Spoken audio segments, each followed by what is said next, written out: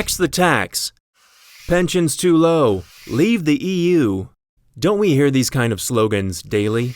Many people are dissatisfied with politics or other social circumstances. Particularly in Europe, this is becoming evident. More and more populist parties and movements are appearing. They promise the people changes and want to go back to the old and familiar. Populism. What does that actually mean? The word derives from the Latin populus and means people, so it's about the concerns of the people. Let's take Mr. Smith, for instance. He is dissatisfied too. The politicians don't really care about his interests. It's either the big bosses and corporations that get everything, or those who don't contribute to the economy at all. And what's left for him? The Populist Party, the little man, expresses exactly what he feels. It fights for people like Mr. Smith against those politicians who govern badly, in its opinion. The party focuses on everything the people are concerned about. For instance, the current refugee crisis. The word populism, particularly in Europe, has a negative connotation. One example, in 2016, the British people voted in a referendum to leave the EU. Populists used convincing slogans to support the Brexit.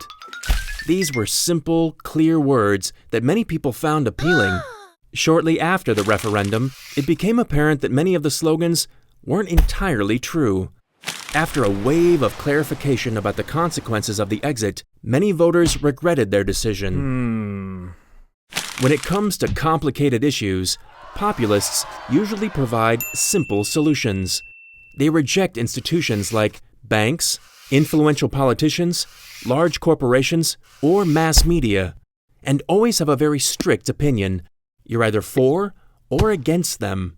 For example, the little men say that the unity of the people matters. Anyone who has a different opinion doesn't count for them.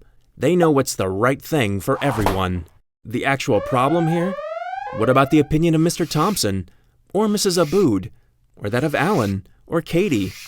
In a society, and particularly in a democracy, there are many different views. Mr. Smith thoroughly reread the party platform of the little men. Most of that sounds exactly the way he imagined it, but some points give him pause. How does the party actually plan to succeed in financing all the pensions? What would it be like if the EU no longer existed, or if tax money wasn't available? And why do they exclude whole social groups who are also part of the nation? He will now take a much closer look, try to collect information, and get his own idea of what's going on.